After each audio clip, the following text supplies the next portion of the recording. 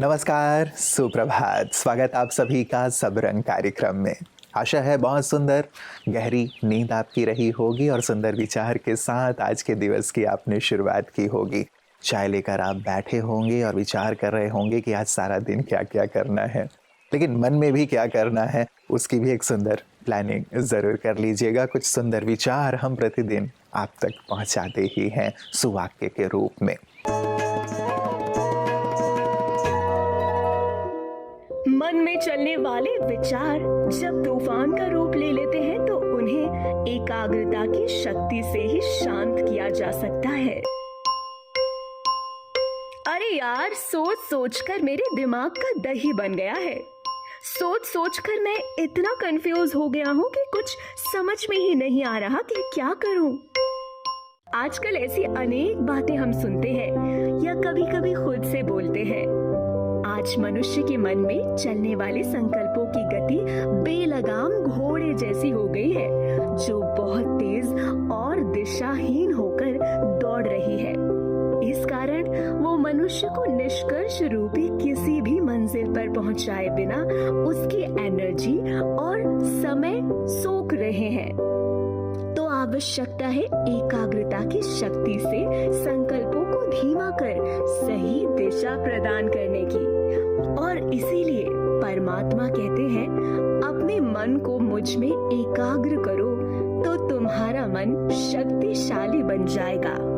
कोई भी शक्तिशाली संकल्प लेकर उस दिशा में कर्म करोगे तो वो सत्य में परिवर्तित हो जाएगा। तो मित्रों, मन में व्यर्थ और नकारात्मकता के तूफान ना आने दें, क्योंकि ये विचलित कर देते हैं और हमारे निर्णय शक्ति को परखने की शक्ति को भी प्रभावित करते हैं। वास्तव में ये विचार भी मन के भोजन हैं। यदि अच्छे विचार हमारे मन में जाते हैं, अच्छा भोजन जाता है तो मन दुरुस्त रहता है। और यदि बुरे विचार, व्यर्थ विचार मन में हम क्रिएट करते रहते हैं तो मन बीमार होता रहता है। ठीक वैसे ही जैसे शरीर को हम अच्छा भोजन देते हैं तो शरीर स्वस्थ रहता है, और कुछ भी फास्ट फूड, जंक फूड, इन सब चीज़ों को लेना शुरू कर देते हैं तो थोड़े समय के बाद हम बीमार होने लगते हैं। मित्रों, आज वर्ल्ड फूड सेफ्टी डे है। सचमुच हम क्या खा रहे हैं, कैसे खा रहे हैं, कितना खा रहे हैं, इस पर ध्यान देना बहुत बहुत ज़रूरी है। यदि कुछ भी खाते रहेंगे तो फिर अपने शरीर के साथ तो खिलवाड़ ही होगी ना। इसीलिए आज डॉक्टर साहब आज के इस सुंदर दिवस पर हमारे लिए सुंदर प्रकाश लेकर आए हैं। आइए सुनते हैं। ओम शांति दोस्तों आज 7 जून के दिन सारे विश्व में वर्ल्ड फूड सेफ्टी डे मना रहे हैं और इसका थीम है सेफर फूड बेटर हेल्थ। दोस्तों, सेफ फूड या सुरक्षित भोजन हमारे लिए खाली हमारी हेल्थ के लिए ही नहीं किंतु वेलबींग के लिए बहुत बहुत आवश्यक है। ना खाली हेल्थ को मेंटेन करता है किंतु हमारी खुशी को भी मेंटेन कर सकता है। दोस्तों, हमें अगर सेफ फूड है तो वो ही हमारी फिजिकल हेल्थ अर्थात शरीर की हेल्थ, मेंटल हेल्थ और सोशल हेल्थ को मैनेज कर सकता है। अगर हमारी ये जो फूड सेफ नहीं है, क्योंकि फूड जहाँ खेतों में पैदा होता है वहाँ से फूड को जो उगाया जाता है अनाज के रूप में या सब्जियों के रूप में या दालों के रूप में या जो भी और डिफरेंट टाइप्स के फूड्स हैं वो पैदा किए जाते हैं और वहाँ से फिर हमारे घर तक पहुँचता है। इसमें फूड को एग्रीकल्चरल कुछ सिस्टम्स होते हैं, वहाँ से फूड सप्लाई, फूड स्टोरेज और उसके बाद हमारे घर में किंतु वहाँ से भी हम कैसे फूड लेते हैं, क्योंकि ये बेस्ट प्रैक्टिस तो यही है कि बाई फ्रेश ईट फ्रेश। क्योंकि जितना स्पेशली सब्जियां हैं, फल हैं और इनको फ्रिज में रखने की बात ही नहीं है, हम समय पर यूज़ करें। जैसे कि ये भी कहा जाता है जैसा अन्न वैसा मन। तो अगर हमारा अन्न साफ है, इन्फेक्शन फ्री है, टॉक्सिन फ्री है, खाली नॉन कम्युनिकेबल डिजीज जैसे कि blood pressure, diabetes, heart disease, acidity, हड्डियों की बीमारियां, वो सब बीमारियां हो सकती हैं। साथ साथ में तो इन्फेक्शंस, कम्युनिकेबल डिजीज भी हो सकती हैं और साइकोलॉजिकल इलनेसेस भी हो सकती हैं। दोस्तों, तो लगभग आज समाज में देखा जाता है कि हर 10वें आदमी को ये फूड बॉर्न रिस्क है। फूड बॉर्न बीमारी होने का डर रहता है। तो दोस्तों, इसके लिए हम सभी आज के दिन अपने समाज में, अपने घर में और अपने शहर में और अपने देश में ये एक अवेयरनेस क्रिएट करें कि अगर हम सभी अपने नागरिकों की, अपने शहर, अपने गांव के रहने वाले सभी भाई बहनों की हेल्थ को मेंटेन करना चाहते हैं, उनको बेटर हेल्थ देना चाहते हैं, तो सेफ फूड प्रैक्टिसेस बहुत बहुत आवश्यक हैं। इसमें एग्रीकल्चर पॉलिसीज, जो इंडस्ट्री की जो फूड स्टोरेज फैसिलिटीज़ और फूड सप्लाई फैसिलिटीज़, इन सबको हमें प्रॉपर ढंग से मैनेज करना होगा। ओम शांति। मित्रों, वर्षों पहले मैंने पढ़ा था कि अमेरिका में 200 ऐसे इंस्टीट्यूट हैं जहां योग पे रिसर्च हो रहा है, मेडिटेशन पे रिसर्च हो रहा है। और उन्होंने ये पाया कि जो लोग मेडिटेशन करते हैं, योग करते हैं, उनकी कार्यक्षमता, कार्यदक्षता बढ़ जाती है। इसीलिए बहुत सारे मल्टीनेशनल कंपनीज ने अपने यहाँ मेडिटेशन रूम बना दिए कि पहले एम्प्लॉयज़ आएँ, वहाँ मेडिटेशन करें और उसके पश्चात अपने कार्य क्षेत्र में जाएं। तो उन्होंने पाया कि सभी बहुत शांति से कार्य कर रहे हैं, उनकी कार्य क्षमता भी बढ़ गई है, आपस का मन मुटाव, द्वंद्व, ये सारी चीज़ें दूर हो गई हैं। भारत की सुंदर देन योग, जिसे सारा विश्व जीवन में अपना रहा है। सचमुच योग हमें एक जीवन जीने की कला सिखाता है। योग हमें एक राह दिखाता है कि हम क्या करें और क्या ना करें। इसीलिए योगा डे जो आ रहा है, उसी के निमित्त जो एक सुंदर सीरीज़ हम चला रहे हैं योग के ऊपर, उस पर सुंदर प्रकाश लेकर पुनः आदरणीय सूर्य भाई जी हमारे साथ हैं। आइए सुनते हैं योग दर्शन पर उनके सुंदर विचार। ओम शांति। राजयोग अर्थात योग शब्द एक चीज को स्पष्ट करता है, उसी की ओर संकेत करता है, दो का मिलन।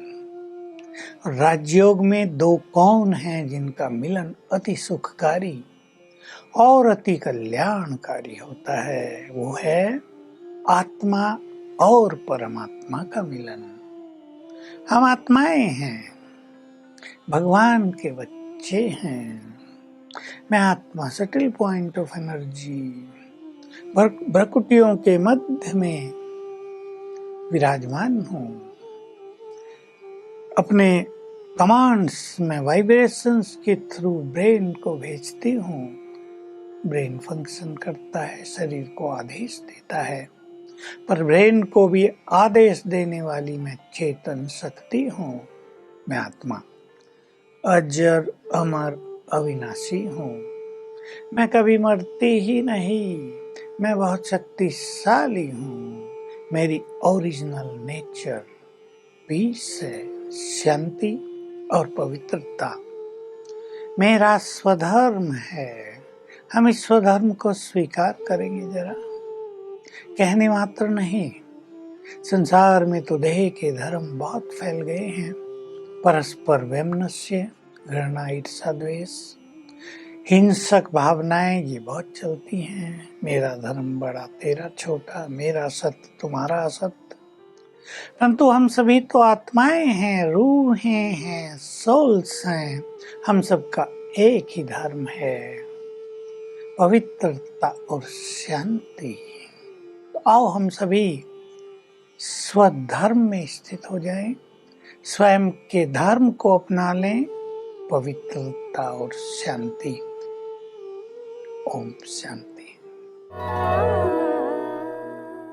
मित्रों, कहते हैं यदि आसमां वाले से आपके रिश्ते मजबूत हैं तो ज़मीं वाले आपका कुछ नहीं बिगाड़ सकते। सचमुच आसमां वाला अर्थात परमात्मा, ईश्वर, उनके साथ हमारे रिश्ते बहुत मजबूत होने चाहिए। उन पर निश्चय, उन पर विश्वास हमारा बहुत दृढ़ और प्रबल होना चाहिए।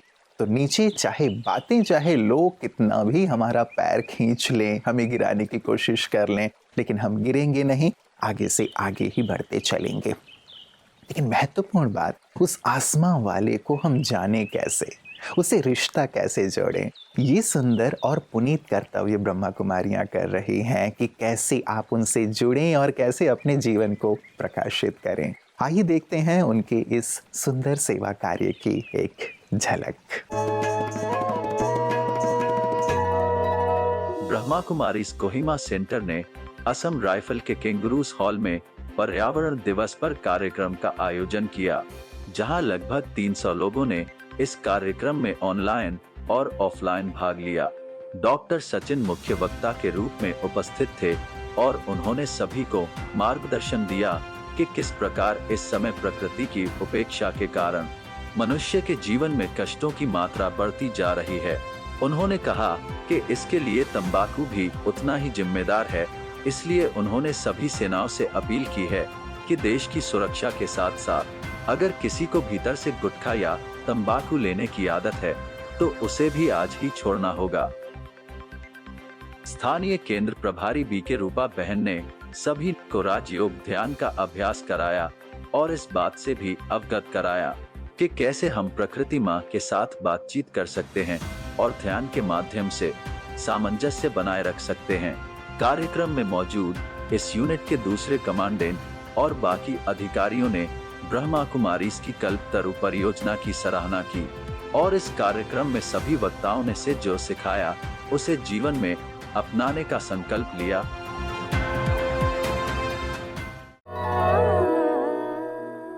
मित्रों, बहुत खुशी होती है जब आपकी रुझान हम सब रंग के प्रति देखते हैं।